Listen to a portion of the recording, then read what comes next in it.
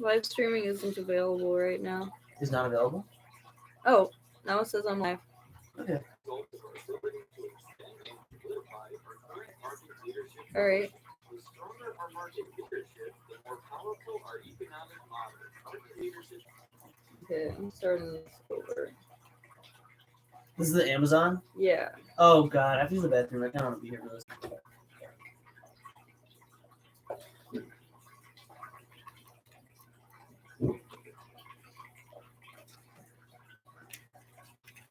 All right.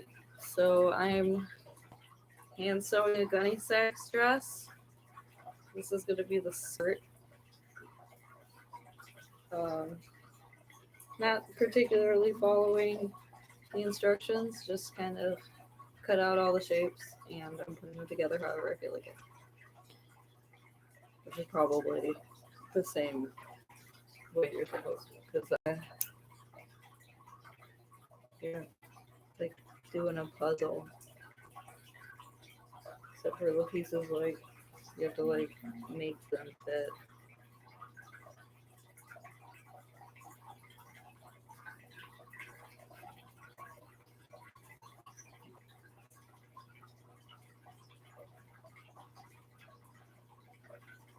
Um,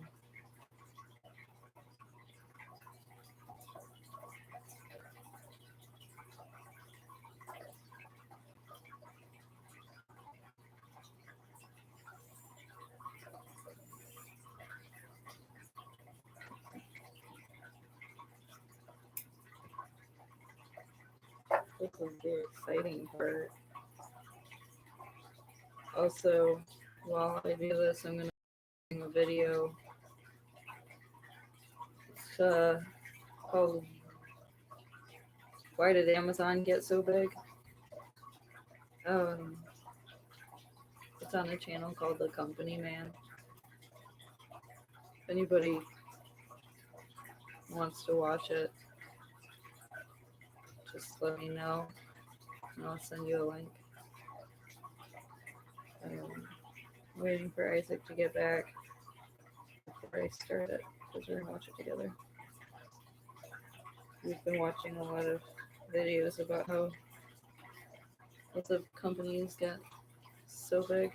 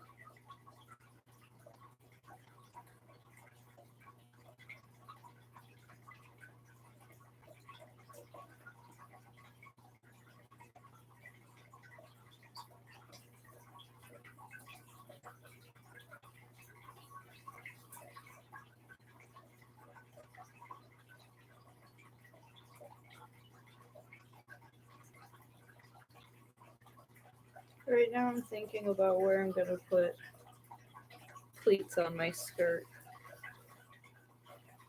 so that the waistline of the skirt matches the waistline of the bodice.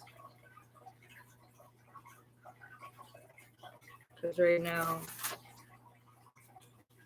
it's at about like twice the size.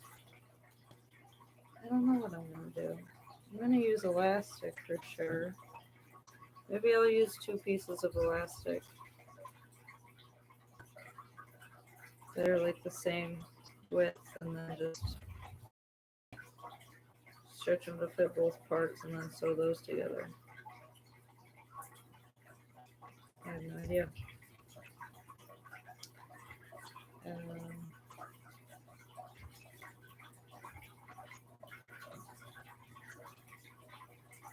Guess I could read the instructions if I really wanted to figure it out.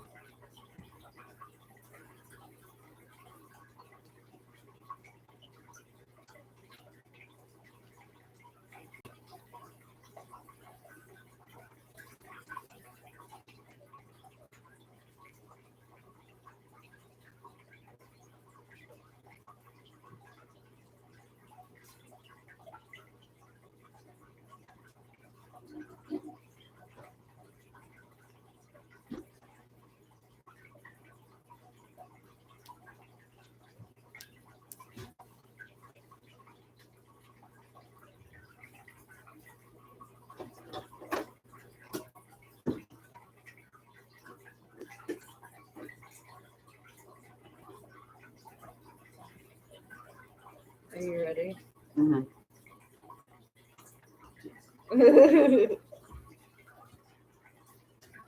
Also, I heated up some dinner.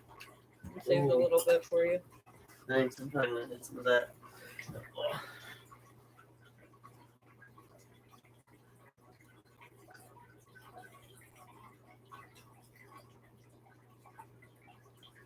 This is Amazon Radio Shack. This is Amazon.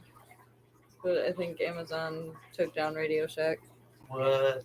Took down so many. A bunch of statistics that support that statement, but I don't think we need them. I'm sure we can all agree that they're big and successful. I've covered some, they're a massive threat about every other retailer. We all know them as the online retailer that sells just about everything. But let's remember, like with most businesses, they weren't big when they started. In fact, Amazon famously started in someone's garage. So the question has to be asked, how did Amazon transform from someone selling things out of their garage into the retail giant that we all know today? Now, obviously, there's hundreds or thousands of factors that contributed to their success. Predicting the popularity It's not like of a the regular internet and garage, starting though. an internet If business that was in the mid-90s, garage. for instance, Yeah. that was a good move. But there's one specific, something business specific. It doesn't concern warehouse locations or shipping efficiency.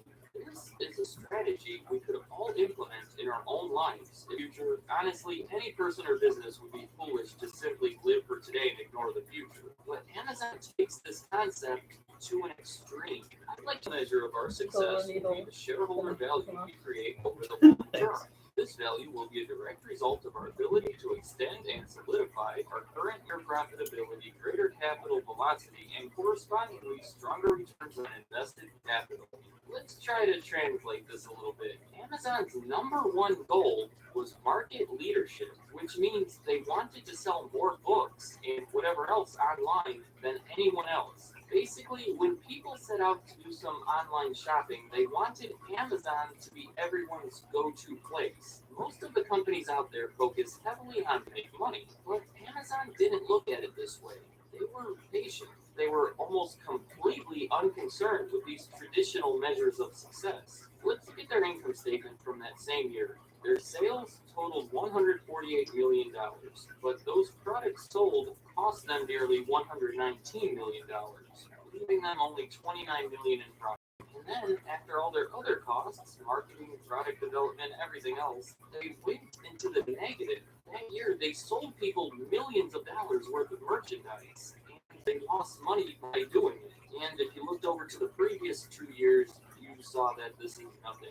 Really, the more sales they made, the more money they lost. But Amazon viewed these numbers as a win. It's exactly what they were trying to do. Remember, I said they didn't care about profit.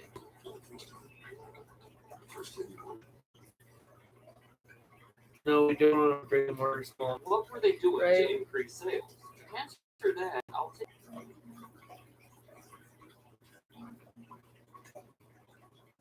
Relentlessly.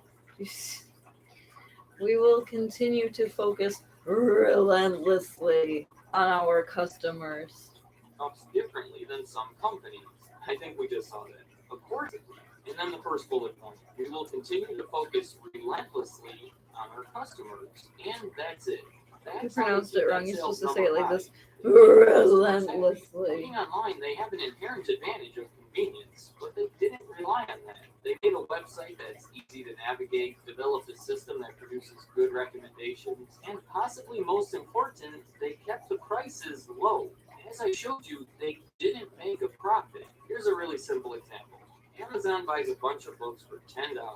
Most companies would sell it for $15. $2 of it would go toward the other cost, and $3 of it would make it to that net income line. But Amazon figures if they sell it for $12 instead of $15, more people will buy it. And those people will be happier because they paid less money.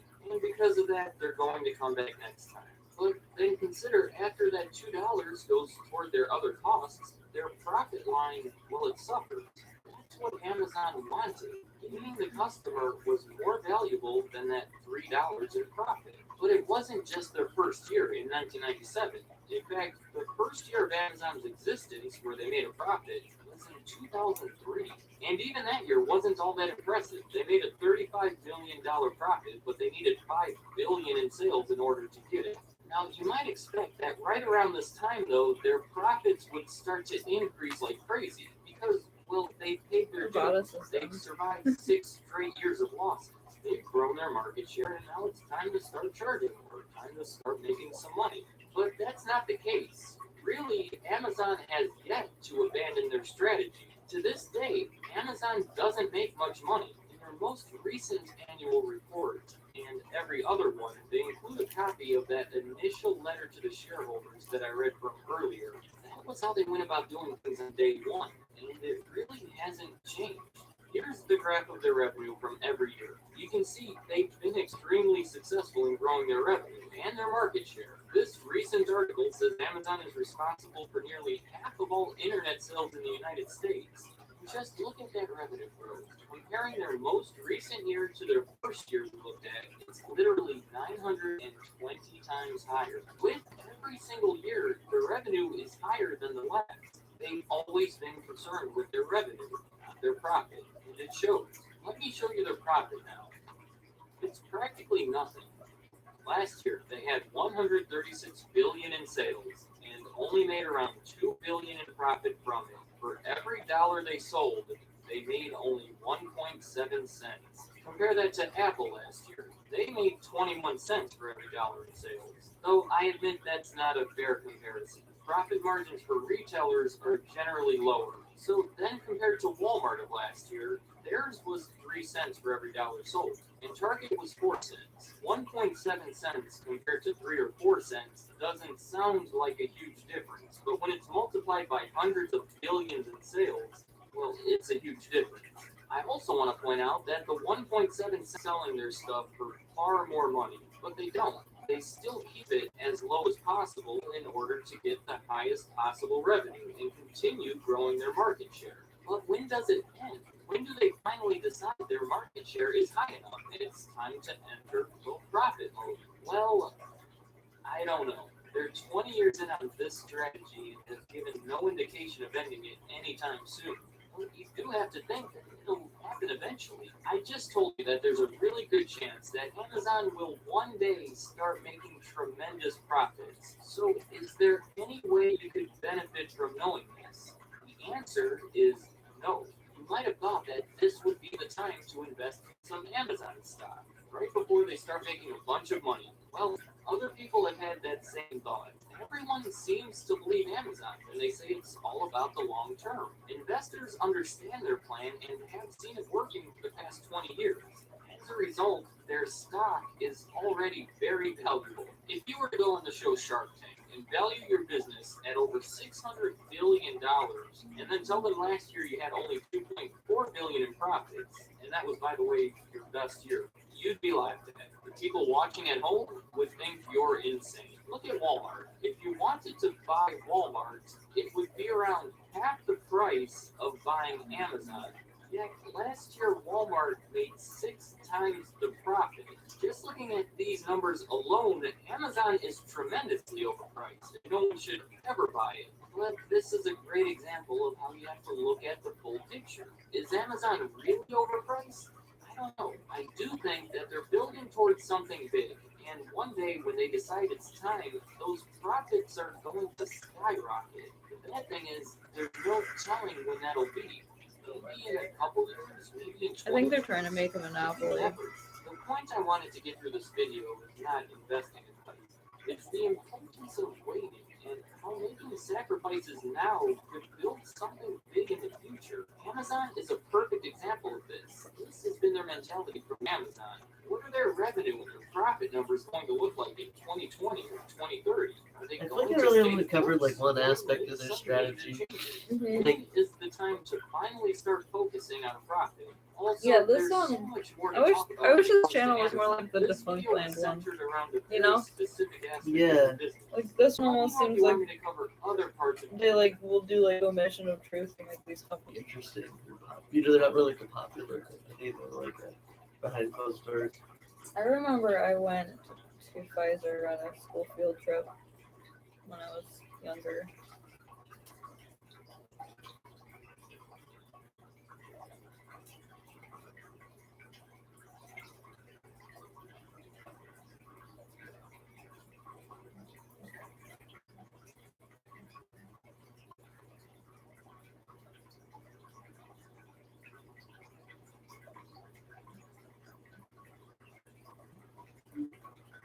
I wonder if there's like a way that will tell me channels that are like this.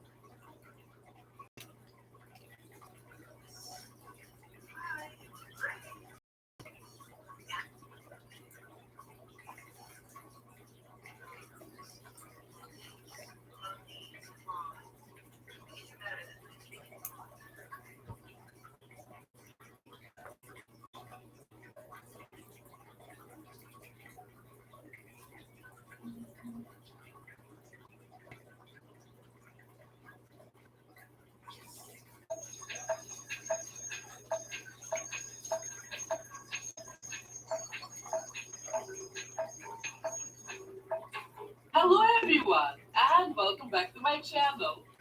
Well, today we're going to Let's turn my perform hotspot an on. transformation.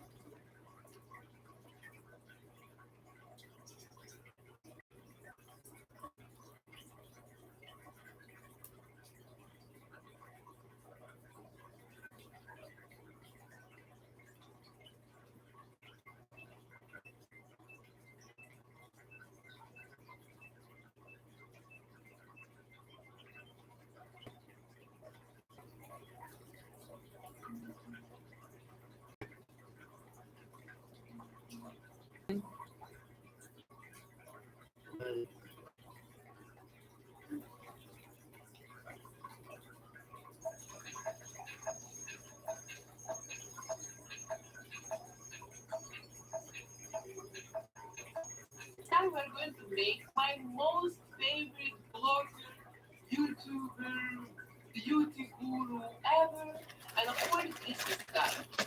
I can tell you honestly, I have been watching that really probably for sure more than 5 years. It's difficult to say for sure because time flies. But anyway, when I started to watch Tati, I haven't even thought about making my own YouTube channel. Really. It's been somewhere in another life, in the previous life, or even two lives ago. And anyway, things are changing, new YouTubers are coming and going, and that stays and she stays in my environment. I don't have to do much there, just take a Barbie doll, say that this is that, and everybody's going to buy it. But anyway, today of course I have to work trying to make this Barbie to look like real Tati. I still have to do quite a lot of work today, so I better stop talking and I start working like always. So today we're going to use for this transformation this Barbie doll. And I That is absolutely hate a this ugly dress. Do you see that? fashionistas Barbie. There's no Oh my practical, god. I like half and half clothing though. That's not half and half, That's that's like the fashionista this Barbie. Barbie doll. And for the body, I'm going to use this Barbie made to fitness doll. So let's take these two Barbie dolls and let's put them together and turn them into that. So first of all, I'm going to of course unbox this doll and dress her, remove her makeup, probably remove her hair, but we're going to discuss it in a second. What to do with her hair. So, and of course, hit the like button if you like my art here on YouTube to support me. So, time to start working.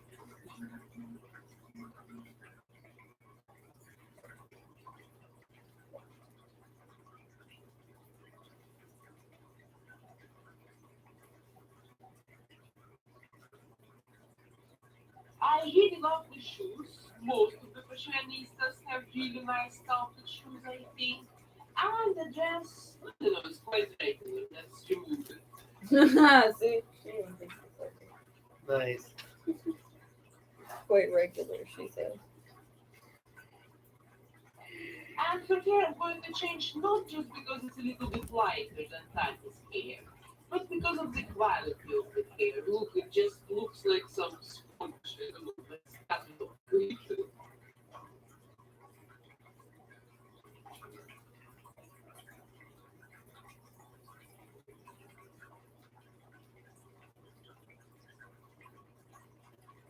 From the body easily because the skin it makes the rubber soft and the head goes easily off.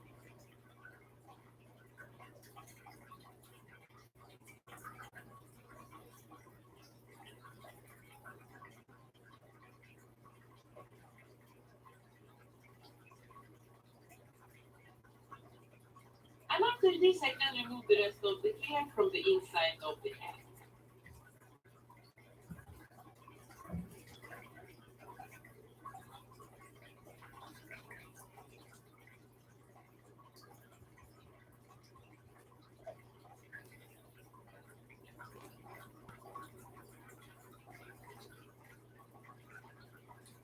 I'm going to clean her face with pure acetone, and it seems it's a more recent tone because it already has this new makeup that is extremely difficult to remove.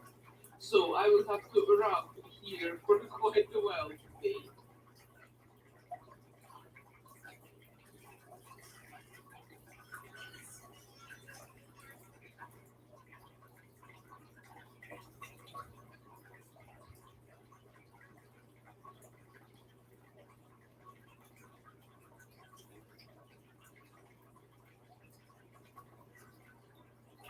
I've decided to use this pretty nylon hair. The color looks perfect to me. It's exactly the same like that. This hair, I think.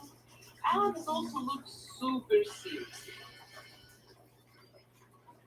So let's take my rooting tool and let's fill in all these holes in her head.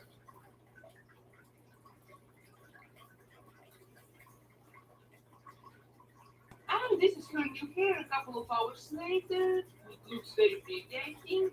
So now I'll add tacky glue inside of the head to keep all this hair place. And then I will let the glue dry for sure for 24 hours. The next day, when the glue got dry, I protected the new hair with kitchen plastic Oh, nice. and some masking tape. And then I sealed the face Wait, with did 3 you put it layers of somewhere else? Mr. Super Clear seal. Where did it go? This is a Oh, must. That's but if still- you're painting those, Yeah. at least if you're going to use pencils and pastels in your work, because the sealant makes this smooth rubber surface more matte and even a little bit grainy. So you can draw on it the same like you do it on paper. And then I take a reference picture of Tati and I start drawing the face. I begin with sketching her eyes, eyebrows, nostrils, and lips. And I really like this look with red lips that you can see now in the reference picture. So let's try to recreate it. And I also like that Tati is smiling on this picture because I really want to make her happy, smiling with this gorgeous red lipstick because it really seems like she's going through some challenging times lately. And I would love to support her, to send her love, to send her Oh my support by making She's this the best. glowing and happy mini Tati doll. Someone make a small doll of me smiling whenever I'm sad.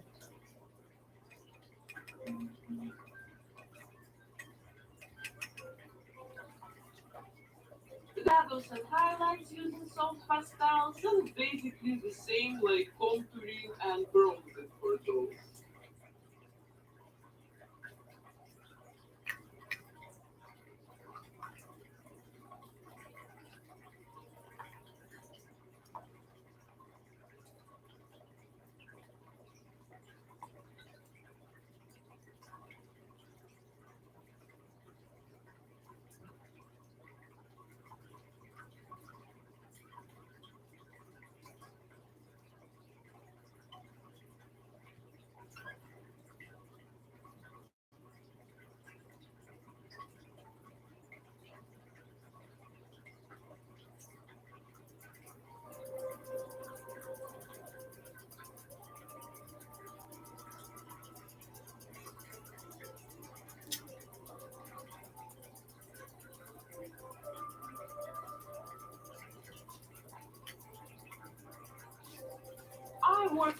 with the layers, and after every step of drawing, I seal my work with the same Mr. Super Clear seal.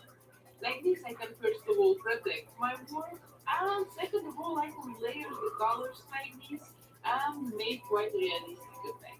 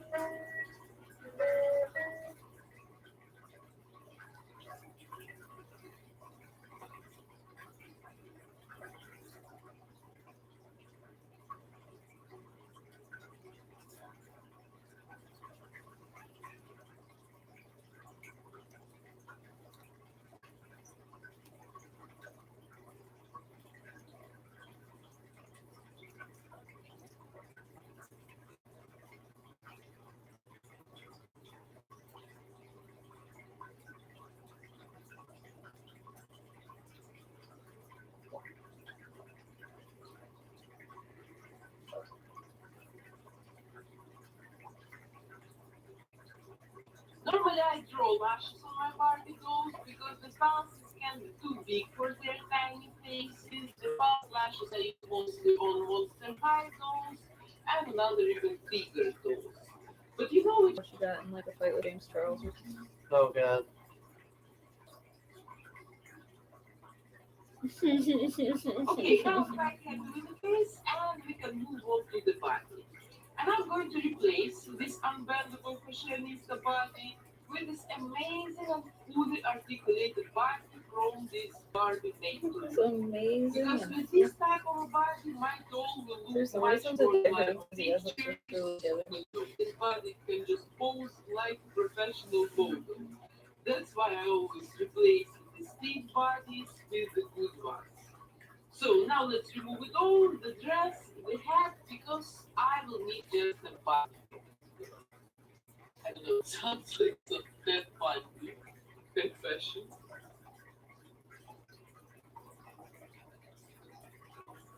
So now let's sand it slightly with nail buffers to remove the gloss from the surface. And like this, the paint will go better on and it will also stay longer.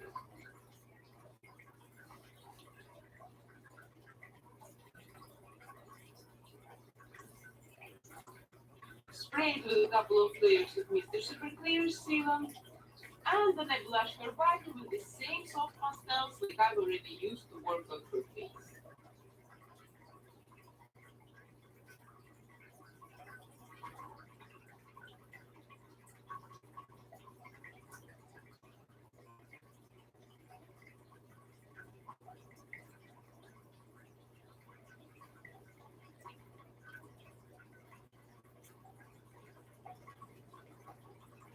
Okay, now the face and the body color look kind of the same, and I can move on to the outfit.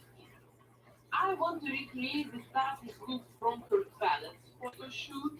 I think she looks so gorgeous and so elegant here, and this look, I don't know, it's also so tatty in some way. It's very classy, very glamorous. So let's make this black silk dress for my mini tatty, and I've already prepared the fabric, and I'm ready to start sewing it. This way about real people.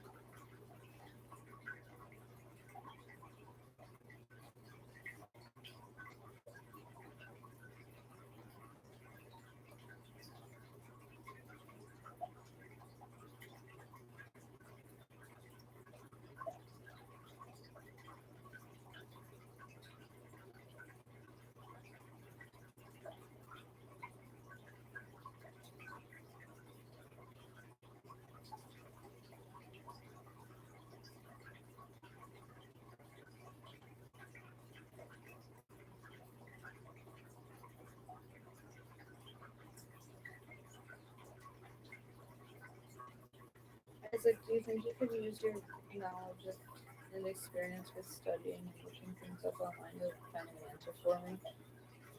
Well, yes. I have certification for Googling.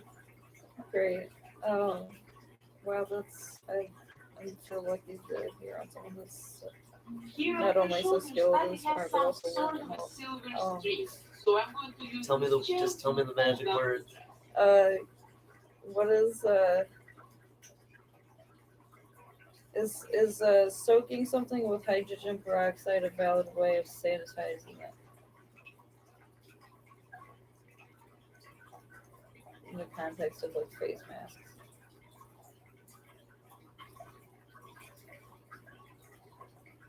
Looks like you can. I'm seeing fabric. Yeah. They're mostly listing more solid things. Like, so it definitely will disinfect it, but is it okay on fabric? Just hydrogen peroxide um, damage fabric. Oh no, it doesn't damage fabric. I've used hydrogen peroxide to clean fabric. Okay, then I think that it should be So okay this and is not how dangerous. now what I'm not positive. I haven't tried it.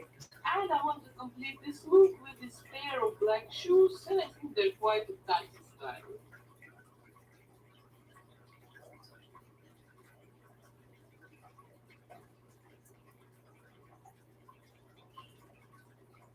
Okay, now and for this I will start with making a packaging using my favorite wood plastic.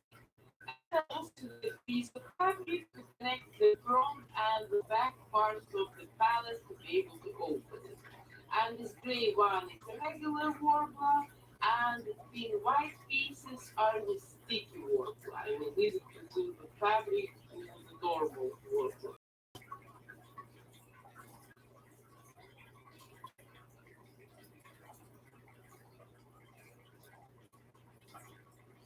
Looks like it'll be okay to use hydrogen peroxide. To say honest, I But haven't no one's tried like this recommending palette that as yet, like the first because choice with best Belgian practice. packs I cannot What's the really best way to order things sanitize from the wash? States.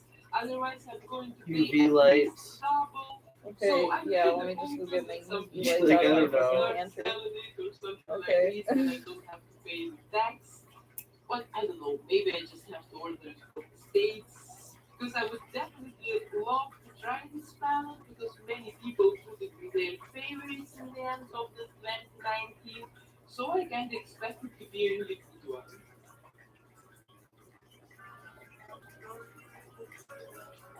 So this is what we've got, and now let's paint it with black acrylic. The precision. Jesus Christ.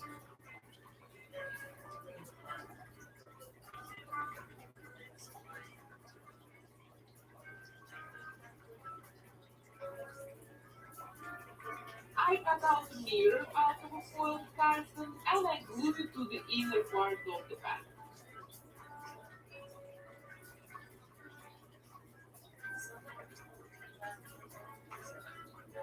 Okay, now we make the eyeshadows and we can create 6 different shades in 4 different textures. The first 2 rows are filled in with regular acrylics, and later we will add attach a very fine glitter to the second row where supposed to be the eyeshadows with the sequins finish.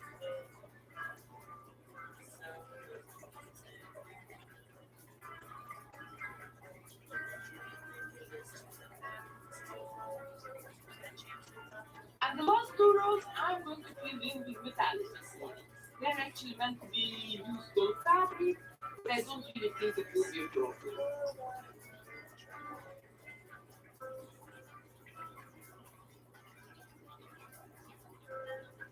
This is probably how to make fake versions of famous palettes in China. Jay. My God, what?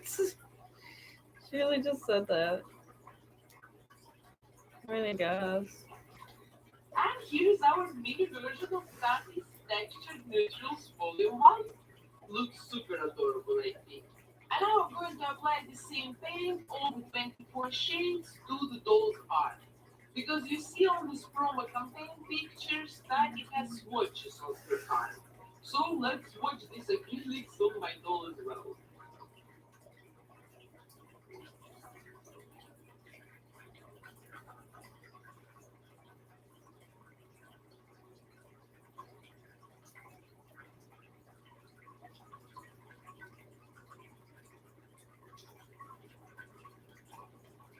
Okay, I think we're done with the accessories, and now it's time to style my nose hair. And today we're going, of course, for a lot of volume and for some glamorous curls.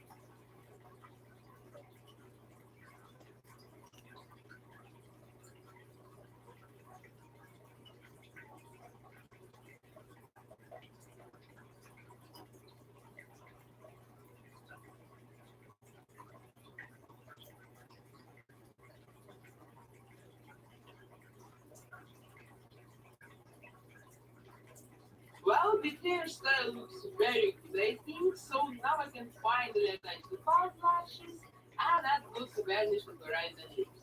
These lashes are not temperature resistant, so I always glue them at the very end. Otherwise, they would not survive the hot air of my hair dryer. I figured out how I'm gonna attach the bottom to the top. Nice. Let me tell you. Yeah. I'm gonna put the lining and the skirt together, and then I'm gonna put elastic on it, Yeah. and then I'm gonna put the bodice inside of it and sew the bodice. This is probably the final step of our makeover today. So after this, we'll finally take a look at the end result picture. The color. I don't know. I think she looks absolutely gorgeous. And of course, I'm especially proud of the palette. You know, I love making tiny things, tiny accessories for my dolls out of thermoplastic, like shoes, bags. And this is finally my first makeup palette. I really love makeup. I have a pretty decent collection of it here in my house. And I watch really quite a lot of makeup reviews. They really, in some way, calm me down. Even my favorite ASMR videos are about makeup. So I'm very happy I've made my favorite YouTubers, not just in beauty, but overall. I could for sure discover a couple of new names, a couple of new channels, and also, guys, please help me to reach 30 and to show this doll and this video to her. I'm sure it must be possible, and I would be very excited and very thankful if she could see my work. I don't know, maybe I should send this note to her. What do you think, guys? I think I definitely should. Oh, and that was my little transformation of the week. Guys, I really hope you enjoyed it today. And if so, please don't forget to support my art on YouTube with your likes. And of course, subscribe to my channel, hit the bell button, and I will see you very, very soon, next week Friday, my new story page video. Love you. Bye.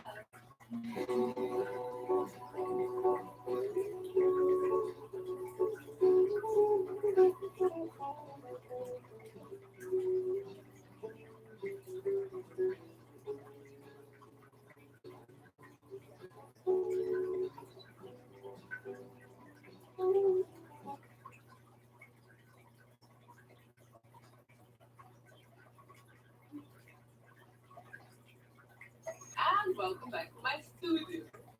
Well, if you follow my channel already for a while, then you know probably that I really love making Disney prints.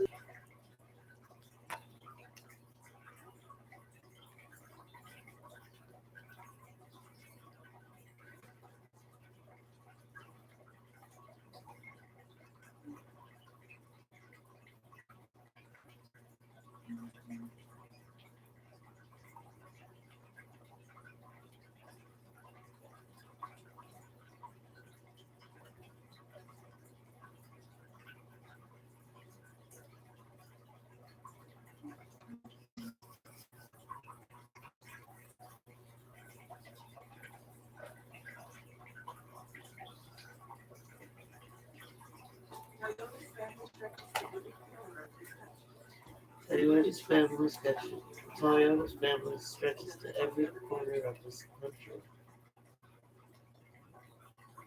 I feel like it's a tongue twister. Toyota's family stretches from every corner of this to every corner of this country. Toyota's family. Toyota, Corno, Toyota. Toyota, Corona. They say their core customer base is ages 3 to 12, but I think it's safe to say that they have their fair share of adults coming in to build their bears too. I mean, how can you dislike a teddy bear? You looking up the history of Build-A-Bear? Yeah, I don't know. I'm just fucking bored. This came up. I don't know what else to watch. You're good. Oh, I think I'm gonna upstairs and record some stuff. I think the first time I felt my childhood ending, like in a substantial way, was also the last time I went to Build-A-Bear. Exactly what it is. 7 years old. Oh. Build-A-Bear for $7. It's a good deal. It's so good that so many people showed up. I'm so hungry. Are you hungry? Yeah, I was gonna just eat the little leftovers.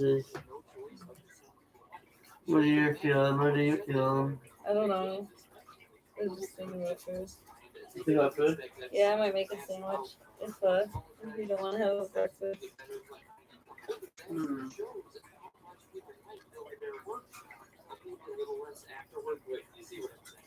I don't know if I'm personally ready yet. That's fair. I'll make a sandwich now and I'll make you like a brunch a little later on. Sounds great. Okay. Thanks. Yeah.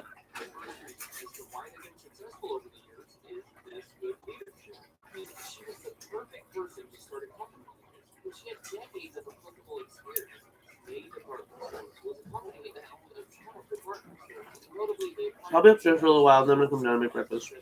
Great. I hate wearing my pajama pants. You hate wearing them? Huh? You hate wearing them? No, I said you're wearing them. Oh, I know. Oh, yeah. I know.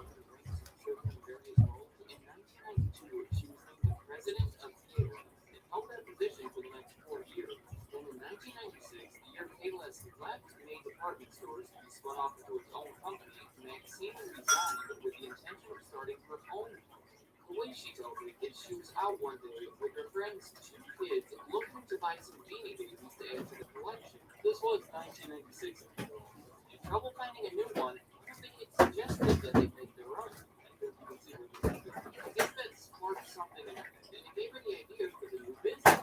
She then put together an advisory board of 20 children, presented the idea to them along with a couple others. This was the one that they liked the most. Once she had the confidence that there was a market for a Build-A-Bear workshop, she took some risks by going all in on the idea without much hesitation. She took $750,000 for her retirement savings, secured a line of credit with her house as collateral, and used it all to open the first Build-A-Bear workshop in a mall in St. Louis. Very quickly, the concept attracted some majors, and the solid foundation made it easy enough to find some early investors.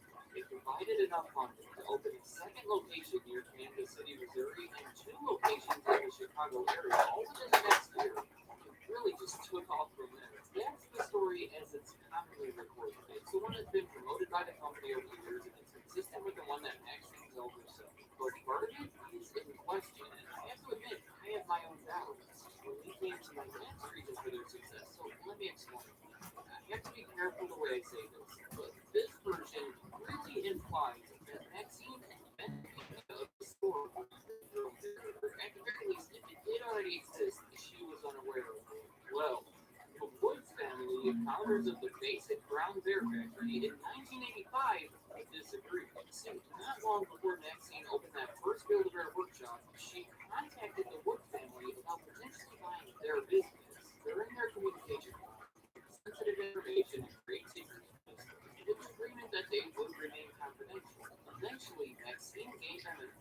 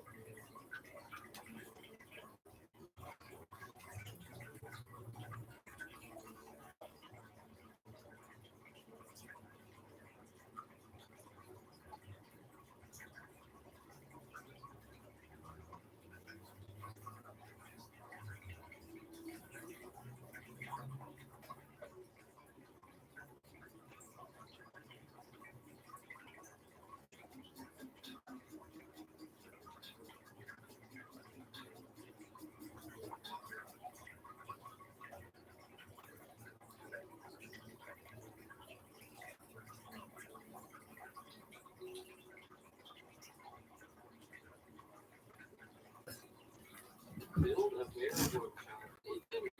Workshop where you go in and build your own bear.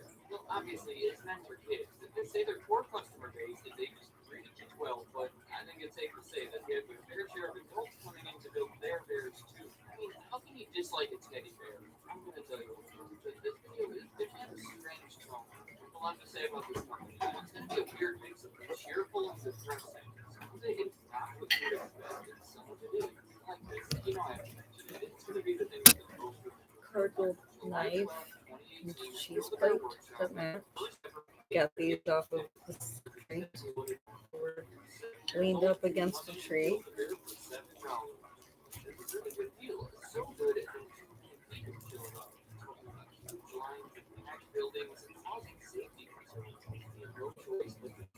Using quite a bit.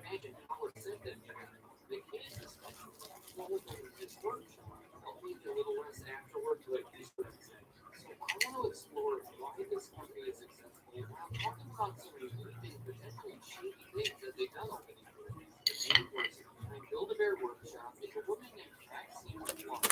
She started the company back in 1996 and served until 2013. The first reason is the why they've been successful over the years is this good leadership. I mean, she was the perfect person to start a company like this. She had decades of applicable experience. Department stores. It was a company that owned a ton of department stores. Notably, they acquired Payless shoe stores in 1979. But before that, in 1971, straight out of college, Maxine started working for the corporate end of one of their many stores and actually stayed with the company for the next 25 years. She left the department stores to be spun off into its own company. Maxine resigned with the intention of starting her own company. The way she told it is she was out one day with her friend's 2 kids looking to buy some beanie babies to add to their collection. This was 1996, and trouble finding a new one, I think it suggested that they make their own. You can see where this is going. I guess that sparked something in her head, and it gave her the idea for the new business. She then put together an advisory board. She took some risks by coming all in on the idea without much hesitation. She took $750,000 from her retirement savings, secured a line of credit with her house as collateral, and used it all to open the first Build-A-Bear workshop in a mall in St. Louis. Very good. The concept attracted some major attention, and the solid foundation made it easy enough to find some early investors. They provided enough money to open a second location near Kansas City, Missouri, and 2 locations in the Chicago area, all within the next year. My own doubts. Lead me into my next reason for their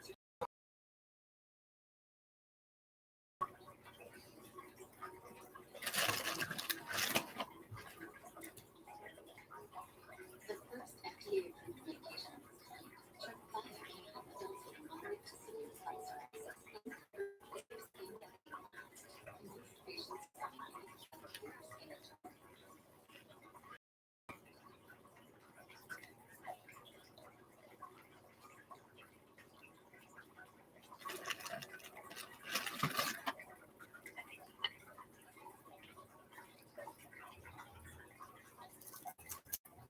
I have to be careful to disagree. See, not long before Maxine opened that first Build-A-Bear workshop, she contacted the Wood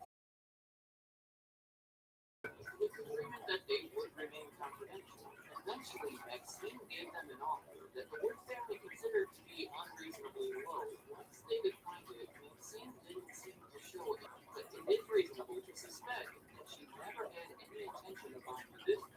She simply acted like it so she could learn things from them to start her own business. I realized that would be a serious accusation, but then here's how merrily and Eric Wood settled. In 1999, Shirley said, I feel a little picked apart. We got a big national with feeling like big stuff. And another layer to this, basic brown bear factory was based in location very close to a Payless shoe store. I don't know for sure how to look at it. It may be possible that seeing that store is where she got the idea. In 2001, the whole situation was sold out of court for a long time. So it's hard to say what was actually going on. It really just comes down to whatever party you were close. Maxine seems to be very careful to explicitly say she did not invent the concept of the store, but some of her statements to me anyway, completely different like this one. Currently on the Build Fair website, Maxine envisioned an interactive retail destination where kids could make personalized furry friends. She ultimately created something that is now called experiential retail, which is fundamentally Build a Bear has always very late to the late 1990s when they were still new. Reputation in the industry. The criticism is that any company that would do anything even remotely similar to them threatened with lawsuits. They have hundreds of patents, trademarks on every little thing they could have done to the station of the bear themselves. Working competitively, they tried to shut them down. Whether it's packaging or layout or whatever it was too similar to theirs. Again, I keep saying this, whether it's reasonable or within their rights, you would have to investigate on a case-by-case basis, and I'm sure there's two sides to it, but my perception is that it's generally believed within the industry and they use this as a way to take out their competitors who are down. And that's actually my second reason for their success. They've effectively eliminated their competition, even if it was all justified and legal. The fact is, you want to know your direct competition. Straight from their 2018 annual report, they say the Build-A-Bear Workshop store experience is a distinctive combination of entertainment and retail with limited direct competition. They say that they have retail competition with other toy stores, toy brands, retailer networks. They also have entertainment competition with family-friendly providers, movie theaters, and arcades. But nothing significant overlaps with both of them. Actually, this blends together, but I don't think that entertainment aspect is the next reason for their success. Retailing is entertainment. When customers have fun, they spend more money. That is something that the CEO of main department stores told Maxine early on that she actually used as a principle for building it. Not just buying a product, you're buying an experience. And customers are willing to pay significantly more than they would for a traditional teddy bear. That idea, combined with the nature of the products themselves, has helped them realize some high gross profit margins. Meaning they typically keep 40 to 50% of the money they make from each sale. You know, I'm talking about why they're successful. They are overall. When you consider that they're a well-known multi-million-dollar company with hundreds of locations across the country, and even some franchised internationally, but they do have a lot of ups and downs. I'd say more down at the moment. One of the ways they're working on it is to lean into that entertainment aspect. They traditionally place their stores in malls, but in general, malls aren't doing well. So they're taking the opportunity to place new locations near and inside family vacation destinations such as Great Wolf Lodge. Another reason for their success is paraphernalia. I am glad I got to use that. That word describes all of the clothes and accessories that they sell for the bears, and it works in two ways.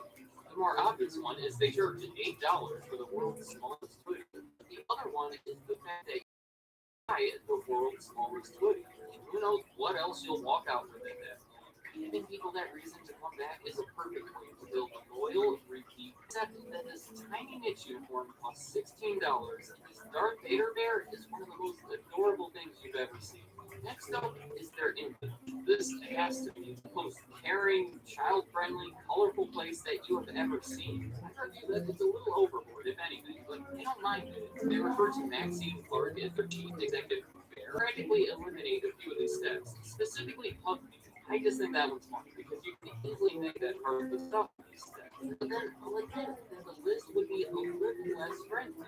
also my suspicion, and that's why they feel it's so important to promote such a wholesome origin story. It may not be completely true. Personal connection would be another reason. Talking about between the child and the stuffed animal.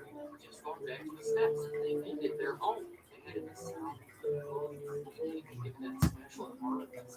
Personally created with love and care, that better becomes far more important to them think about pretty deep. I feel like this one's more of me, so I'll just leave it at that. And of course, we can keep going. But I feel I covered the most important ones that have had the biggest impact on the company. Let me know in the comments. Does my list just about cover it, or do you think there's other reasons behind their success? Do you know that big container of the fluff that they put in the middle of the store? That is iconic and pleasant to look at for some reason. Maybe you think that deserves to be on the list. Also, what do you think of Build-A-Bear overall? Did you like it as a kid? Did your kids like it? Maybe you were part of that pay your age disaster, which would not have been good. What's your perception? And has it changed after watching this video? I presented a few controversies that I don't think are too widely known. I did my best to handle it with care because, again, I don't know the real story. I'm just presenting what people say, and I guess it's up to you to look further into it and choose what to believe. So, any thoughts you have about any of it, leave in the comments. I'd like to hear what you have to say. Thank you for watching.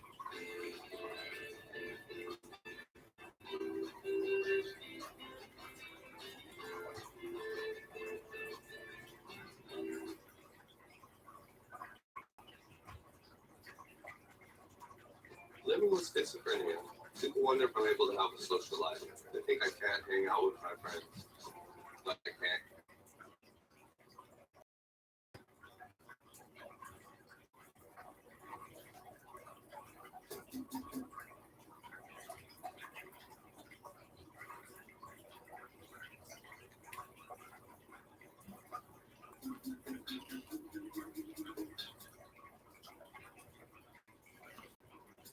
All cable companies, they're, look, I know I'm generalizing here, but nobody likes them, right? There's something called the American Consumer Satisfaction Index. Each year they survey thousands of people about how satisfied they are with different products and companies. The actual results get a little complex, but usually the lowest rated industries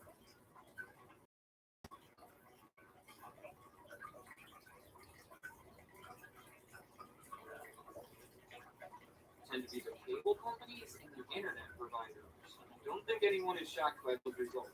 People just don't care much for cable companies. They sneak those hidden fees into your bill, at least in the recent years, is Comcast.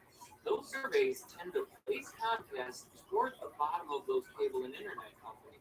That's pretty bad. When you're the most disliked part of an already disliked industry, the Consumerist was a website that used to do this tournament-style voting competition to determine the worst company in America. In 2010, Comcast won the title, and then in 2014, they reclaimed their title. In fact, I'd say the hatred for Comcast was at an even today. I'm guessing many of you still dislike them, so let me try to identify why. To be the largest cable company in the United States. I actually want to make a video one day focusing on how Comcast is bigger than many people realize. But for now, I'll just give you a few numbers focusing on their cable communications segment. These should help give you an idea of their reach. Their internet service is a all of those numbers add up to what it is. You know, how they always get you to sign up for more with this bundle pricing. It's effective though. Their average monthly revenue per customer is over $150, meaning 28 million customers pay Comcast an average of $150 every month, which totals to over $1 billion a year. Now, that's the crazy part. We all dislike Comcast, yet we pay them more than $50 billion every year. Because honestly, to deal with Comcast, are you familiar with cable franchise reviews? That's the core of it. Simply put, if a cable company like Comcast wants to provide cable in your home, you pay us $1.50 for every customer. The amounts vary, of course, but it has to be lower than 5% of your total revenue. So after the deal is made, Comcast is free to provide cable to the residents of that city at any price they want, but they're always sure to tag on that $1.50 franchise fee. Have you ever seen that franchise fee on your cable bill? It's usually listed there. Every year, those franchise fees total to about $1.5 billion for Comcast, which is about half of the industry's total payments of $3 billion. Then I'm a little sketchy on this part, so it's not confirmed, but I think there's a bit of an unspoken agreement between the competitors to respect each other's territory. So that's how you end up with all these little differences. The city government effectively acts as the bouncer outside of the nightclub. They determine who to let in, and as a customer, you're reliant on those decisions. The system results in a lack of competition within that area. It's never good for the customer because it takes away all of our power. Comcast doesn't have to compete on speed or price or customer service because, again, what else are you going to do? In 2014, their hatred level was hitting all-time highs, in part attempted acquisition of Time Warner Cable. I already expressed how large Comcast is, and they were smaller in 2014. This would have been a huge push forward. It was a $45 million deal. It was really looking like it was going to happen. Both Time Warner and Comcast approved of it. It was opposed by just about everyone else. The public spoke out about it. Other companies in the industry didn't like it. The Department of Justice didn't seem to care for it either. The reason for the opposition was pretty obvious. Everyone felt Comcast was already too big just to make them one company. Would have accounted for 57% of the market and almost 30% of the television services. They spent about a year getting approval until finally, in early 2015, it was looking like the Department of Justice was going to block the deal. So instead of continuing to fight it, they decided to walk away. It never ended up happening. But things were getting pretty heated there for a while. So those are my reasons. When it comes down to it, Comcast is a large, powerful company, and the system that's in place almost forces us to deal with them while giving them even more power. The biggest, most noticeable effect of all of this, from the customer's perspective, is more service.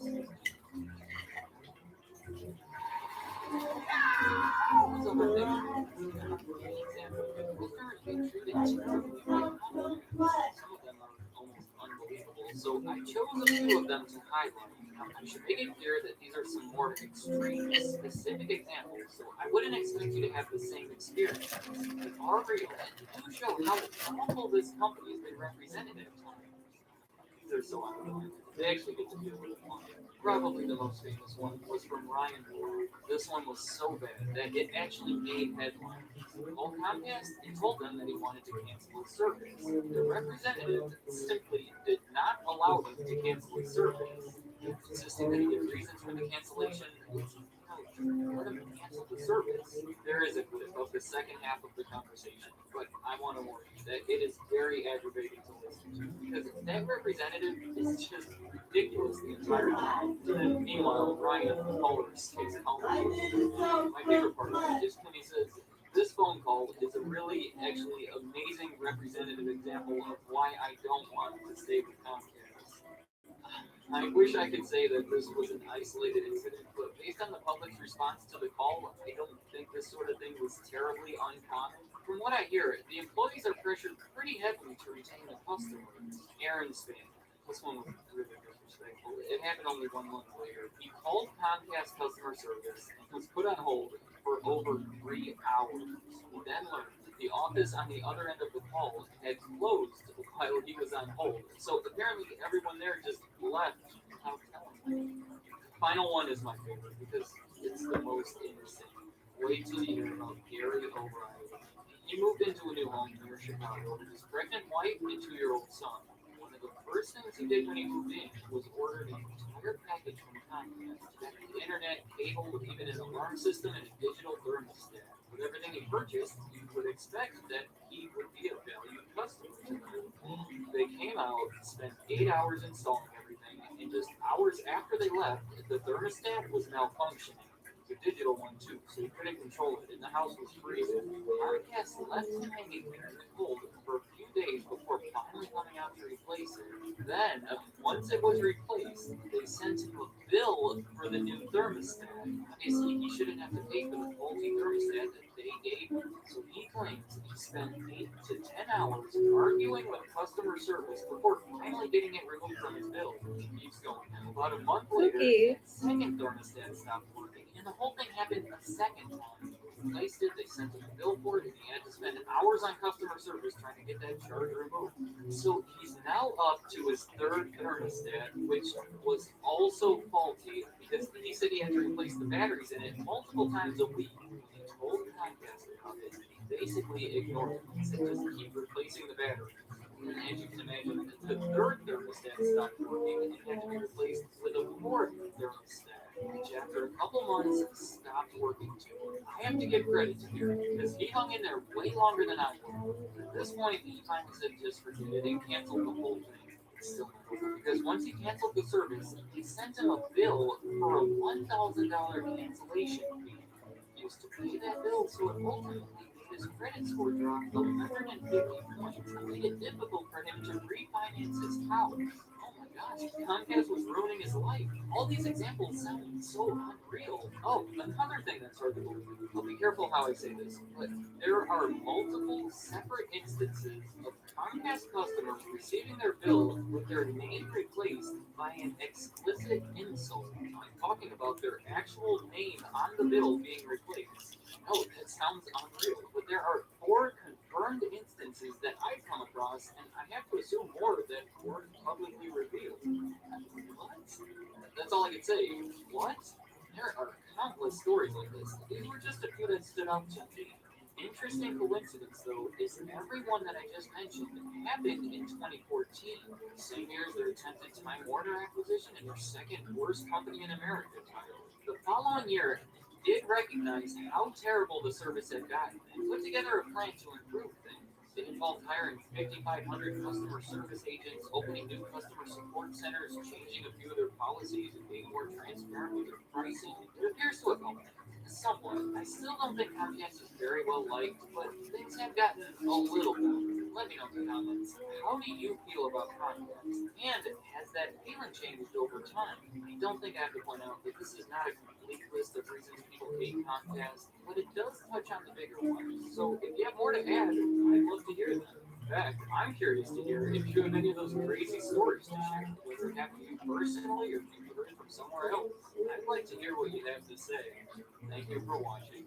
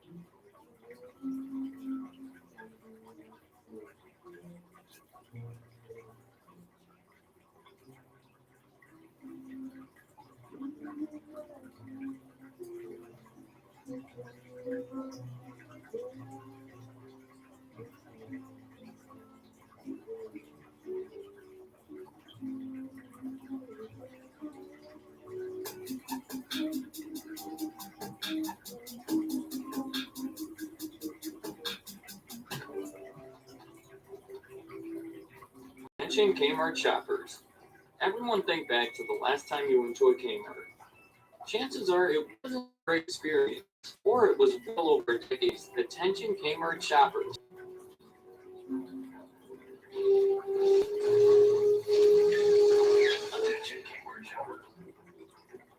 It was associated with their blue light special, which was a really cool idea for its time. At random moments, the store would light up a police car type light and announce a discount for a special item. People would just hang around the store waiting for the announcement.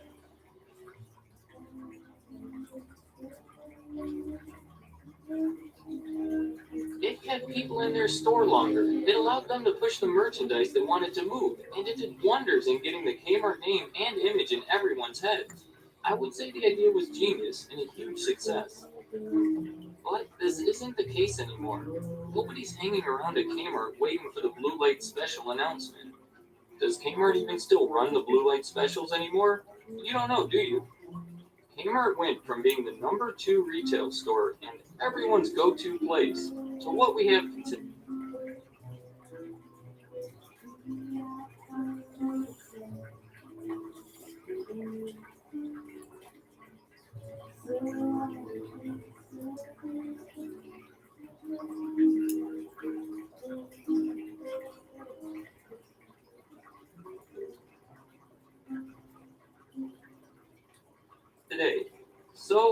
what happened? The man who started the Kmart company was named Sebastian S. Kresge. He started the company at the end of the 19th century. In the beginning, there were stores that sold products for 5 and 10 cents, which was cheap even for the 19th century. The stores were named after the founder and called Kresge. It wasn't until 1962 when the actual first Kmart opened. It was in Garden City, Michigan. Interesting thing about this first location, it closed in 2017. Jack Kerstetter is the chair for the Garden City Historical Commission. It doesn't come as a surprise to Jack. He's not.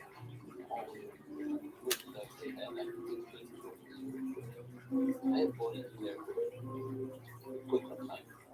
The Kmart stores expanded rapidly, and by 1977 they were responsible for almost all of Kresge Company sales, which made the company change its official name to the Kmart Corporation. By the late 1980s, the company consisted solely of Kmarts. In 1990, the Kmart logo that we are more familiar with today came to be. Soon after, they opened Super Kmarts and Big Kmarts. It was also around this time period when Kmart made some big acquisitions. In 1990, they bought the Sports Authority and 22% of OfficeMax. In 1991, they increased their ownership of OfficeMax to 90%, and in 1992, they bought Borders bookstores. Though Kmart quickly sold most of its investments by 1995, in 2002, the company filed for Chapter 11 bankruptcy. That's the reorganization kind, where the company continues to exist. Well, obviously. In 2004, Kmart Holdings Corporation became Sears Holdings Corporation. It sounds like Sears purchased Kmart, but it was actually the other way around. Kmart acquired Sears, but still called it Sears Holding Corporation. The corporate headquarters moved to Hoffman Estates, Illinois. Before 1990, these were the two largest retailers in the United States. The fact that they were even able to merge like this without government intervention in 2004 speaks to their decline over those 14 years. Another thing that speaks to the decline of Kmart over that time period is the new logo they adopted during the merger. It's this. This is their current logo, one that's been used for the past 13 years. But this logo is still more familiar to you, isn't it? Shouldn't the current logo be the one everyone's more familiar with? That brings us to 2017. The company uses this logo and still operates stores all over the world. So, what happened to the company? First, let's take a look at the financial state of the company. I know that looking at financial statements and SEC filings could be boring, but I already looked through them and pulled out some of the more interesting parts. Stick with me, these numbers tell a story. Obviously, there were problems even before the merger, enough to file bankruptcy in 2003 and to motivate them into the Sears merger soon after. But believe it or not, the real problems hadn't even started yet. I want to look at them starting in 2006. Kmart and Sears are now one company, so it's hard to separate Kmart from Sears at times. But here is a chart of the number of Kmart stores from 2006 to today. And as a result of the number of stores being cut nearly in half over this time period, here's their revenue every year since 2006. It's been lower every year, and today it's well under half of what it was in 2006.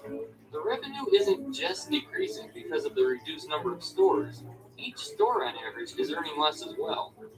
This is trouble. 11 years of contraction, apparently. Yeah, so from the time of 1999 to 2006, huge decline. The time from 2006 to today, huge decline. What this is. It's used by almost all creditors. They want the company to have low debt and high equity. Therefore, you generally want this number to be low. It varies in different industries, but a number below 2 is generally considered pretty good. So high numbers mean too much debt. If you didn't follow that, just know that high numbers mean the company... See, this is the issue. For 3 years, it went up. So high that I would guess that most creditors wouldn't want to touch this company. Remember, we want numbers around 2 or lower. We're up to 7.4. Then the next 3 years. So it turned negative. What happened? What happened is the company started having negative equity. There's another phrase that doesn't sound good. Negative equity? Well, it's as bad as it sounds. The company does not have enough money to pay off their debts. How it works is when most companies go out of business, they liquidate all their assets, take all their money from that, and pay off any outstanding debts, and then pocket the rest. If Kmart were to go out of business, they would sell all their assets, then go to pay off all their debts and find out they don't have enough to do it. And also there'd be nothing left to pocket. Just for a second, pretend your job is to decide if companies are approved for loans or not. You start reviewing Kmart and learn that they can't even pay off their existing loans. Would you grant them a new loan? This is why Kmart's struggling to get money. Here's their debt to equity ratio compared to that of Target and Walmart. I compare them to Target and Walmart because Kmart themselves mention them as big competitors in their annual report, and I think we could all agree these are probably the two largest nationwide competitors. When we compare these numbers, Target and Walmart are actually comparable, but then Kmart is just kind of off the charts. We could take a look at their net income as well, because that's the bottom line, right? Well, it's bad, as we would expect, and actually negative since 2011, which is connected to their negative equity.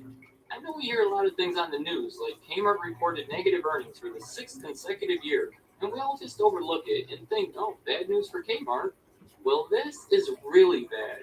This is the kind of stuff that almost certainly leads to the death of a company. This stuff makes people surprised that they still exist at all. Here's a statement from a recent SEC filing from Kmart themselves. It says, our historical operating results indicate substantial doubt exists related to the company's ability to continue as a going concern. The company themselves doubts that they can continue to exist based on these kind of numbers. Kmart is soon going to be gone. Sears as well. These stores are hanging on by a thread. I can't put a time period on it, but if you ever want to visit one of these stores again, I suggest you do it soon. So, what happened to Kmart? I'm actually going to answer it this time.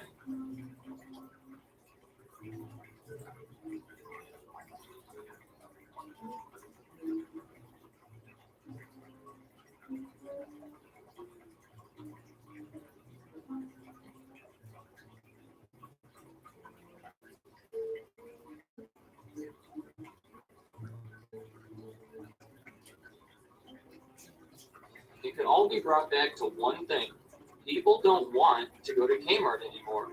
Back in the day, if you needed to run out and get an ingredient for a recipe, there's a good chance you would go straight to Kmart. If you wanted to make a major purchase, perhaps a new TV or a new kitchen set, Kmart would be the first place to look. But this isn't the case.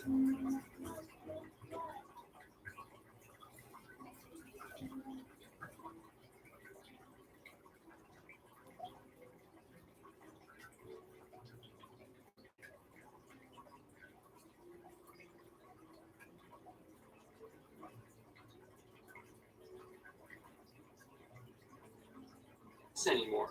Now, if we need that ingredient, we'll go out to Walmart or the local grocery store. For bigger purchases, we'll go to places like Home Depot or Best Buy, or we go straight to the internet. The internet is killing them all, but people still go to stores all the time. If I want to do some grocery shopping, I'm not going online, I'm going to the store. But I'm not going to a Kmart store. Honestly, I don't even like being in a Kmart. It feels depressing. Walking into Kmart is like walking into a time machine. Seriously, if you want a blast from the past and want to feel like you're shopping in 1994, go to a Kmart. They've not updated the look or feels of their stores. As I showed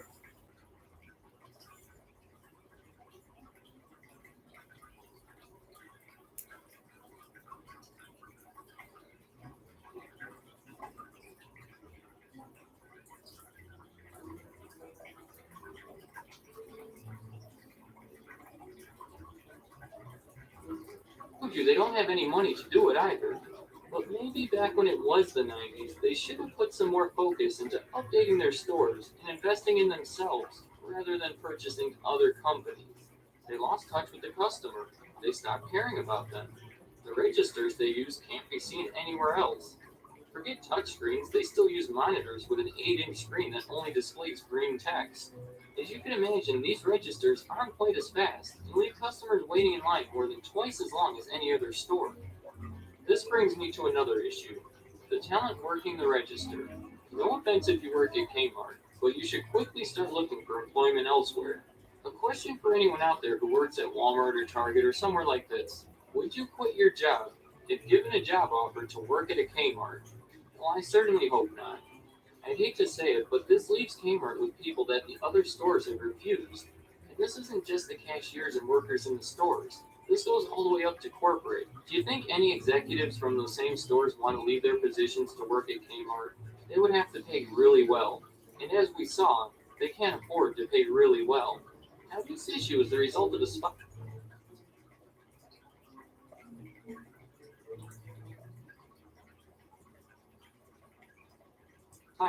It didn't start the problem, but it just adds to it. What does Kmart have to offer? I'd like to know.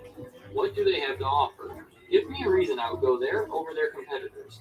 The prices aren't any better than most stores. The environment is worse. The employees are generally worse to deal with. It takes longer. They have some exclusive products like the Martha Stewart collection, but Martha Stewart needs to have some pretty phenomenal products for me to go to Kmart to get them. So what happened to Kmart? The customer failed to come first, and the customer left.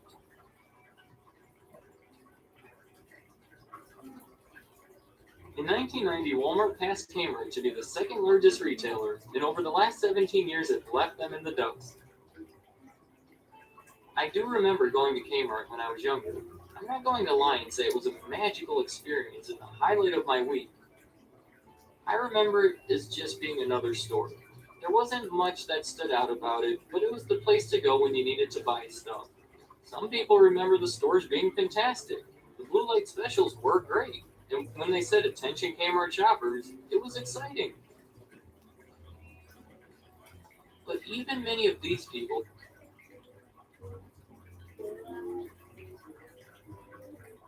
have given up on the store. They've lost their loyalist of customers. The Kmart that they remember doesn't exist anymore, and probably won't even exist in this capacity for much longer. Here's a statement I pulled from Kmart's 2006 annual report. It says, our success depends on our ability to differentiate ourselves from our competitors with respect to shopping convenience, a quality assortment of available merchandise, and superior customer service.